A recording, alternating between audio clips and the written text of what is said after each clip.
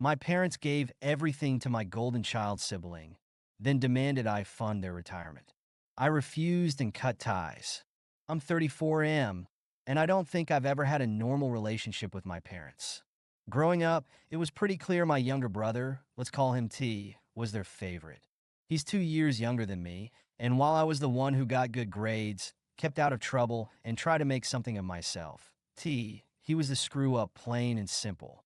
But to my parents, that didn't matter. It never mattered. I was the responsible one, so they expected me to handle things, while T just skated through life with their full support. To give you an idea, T barely graduated high school. He partied hard, dropped out of community college, then bounced between dead-end jobs while living at home well into his late 20s. Meanwhile, I was working my ass off to pay for college, land a decent job, and save for a house, and no matter what I did, I was never enough for them. Everything was always about how T needed help, how T was struggling, how I was independent and could handle myself. Last year, things finally hit the fan. I went to visit my parents for a typical Sunday dinner. We weren't exactly close, but I still did the obligatory family thing once in a while. Anyway, we're sitting in the living room after eating, and my dad suddenly gets this serious look on his face. My mom's sitting next to him, fidgeting with her hands like she's nervous, but they're both acting like they have something major to tell me. We made a decision, my dad says, about the estate. I'm thinking, okay, they're getting older, maybe they're drawing up wills or something. But then he drops it. They've signed everything over to T. The house, the vacation cabin, their savings, everything. I didn't react at first. I just sat there, staring at them, waiting for the punchline that never came. They were dead serious. My father started rambling about how T needs the support more, and how I'm doing well on my own and don't need their help. My mother, of course, was nodding along like she always does, as if they had rehearsed this entire thing. So, you're giving everything to him, I asked, trying to keep my voice steady. And I'm getting nothing? They exchanged a quick glance, and my mom jumps in with her usual bullshit. It's not about that. You know we love you both, but you're stable. You've always been responsible, and T's, well, he struggled. Struggled. That was the word they used. Like blowing every opportunity and partying away his 20s counted as struggling. You do realize I busted my ass to get where I am, right? I said. I didn't just magically become stable, I worked for it. They didn't get it. Or maybe they didn't care. My dad just sighed and rubbed his temples like I was being unreasonable. We're not trying to punish you. We just think T needs more help right now. You've always been the strong one. I've heard this crap my entire life. But hearing it now, with them essentially cutting me out of their lives in favor of him, felt different. But I wasn't going to make a scene. Not yet. Instead, I asked the obvious question. So what's your plan for retirement? You're giving everything to him. Does he take care of you? My mom shifted uncomfortably, and my dad finally looked me in the eye, though he couldn't hold my gaze for long. We assumed you'd help us out when the time comes, he said, like it was the most natural thing in the world. That's when it clicked. They weren't just giving everything to T. They were expecting me to support them financially when they ran out of money. My brother gets the house, the savings, and the cabin, and I get, what? Their bills?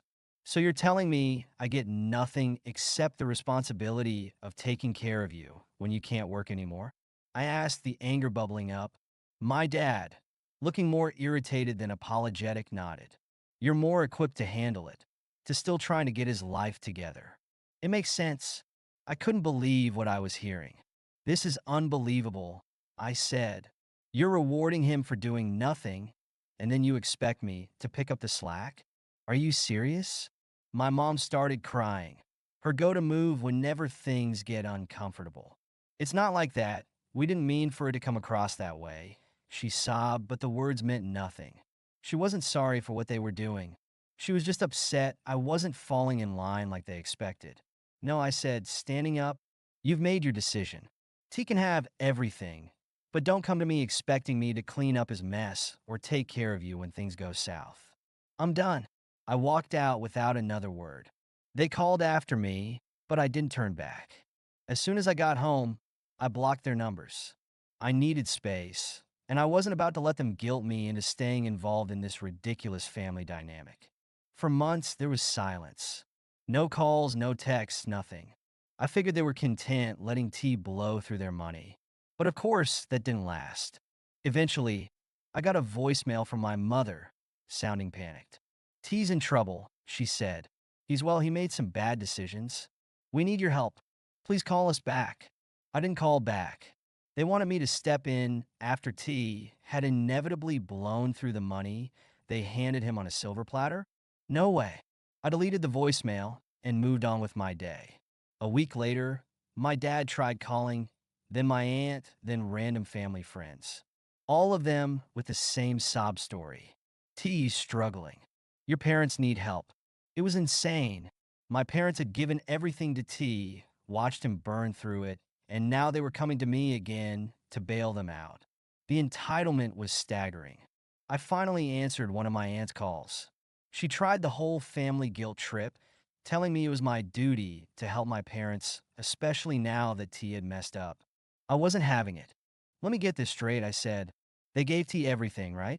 So he's their responsibility now, not me. She sputtered. But they didn't know T would blow through it all. They thought they were helping him. You can't just leave them in the lurch. Why not? I asked, my voice steady. They made their choice. I'm not cleaning up after them. I hung up after that.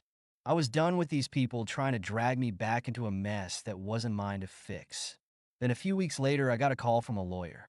Apparently, my parents were trying to rewrite their will, this time to make me the executor of T's estate because, surprise, surprise, he couldn't handle it himself.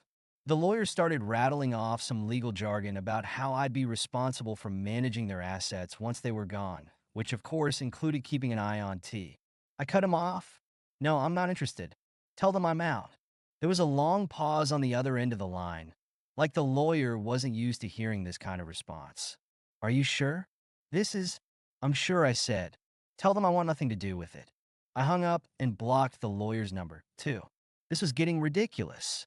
They were so determined to put everything in T's name, but the second he screwed it up, they turned to me to fix it. Not happening. The final confrontation came when my dad showed up at my house, unannounced. I hadn't spoken to them in months, and suddenly there he was, standing on my front porch like nothing had happened. We need to talk, he said, looking serious but not apologetic. I crossed my arms. There's nothing to talk about. You're being selfish, he said, his tone hardening. You're just going to let your brother fail? Let us suffer? What kind of son does that?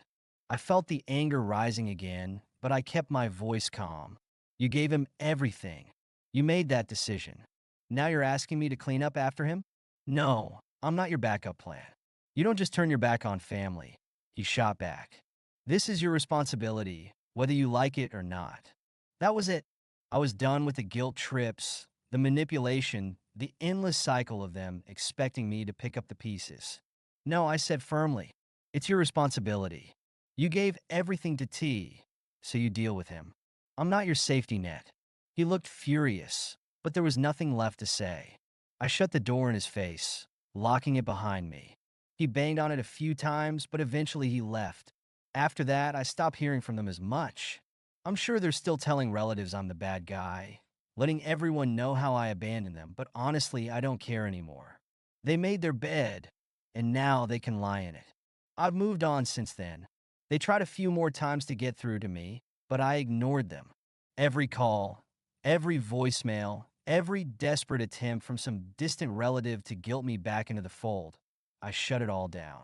T can have everything, just like they wanted, but they can't have me cleaning up the messes they've made. I'm not going to lie and say it didn't hurt. It did for a while, but eventually you have to accept people for who they are. My parents made their choice, and now they have to live with it. I've made mine and I feel lighter because of it. Sometimes you have to let people destroy their own lives without dragging you down with them. And you know what? If T's their golden child, he can take care of them when things fall apart. It's not my problem anymore. Thank you so much for listening to my story. If you have any thoughts, I'd love to hear them. So please leave a comment. Don't forget to like and subscribe if you want more stories like this one.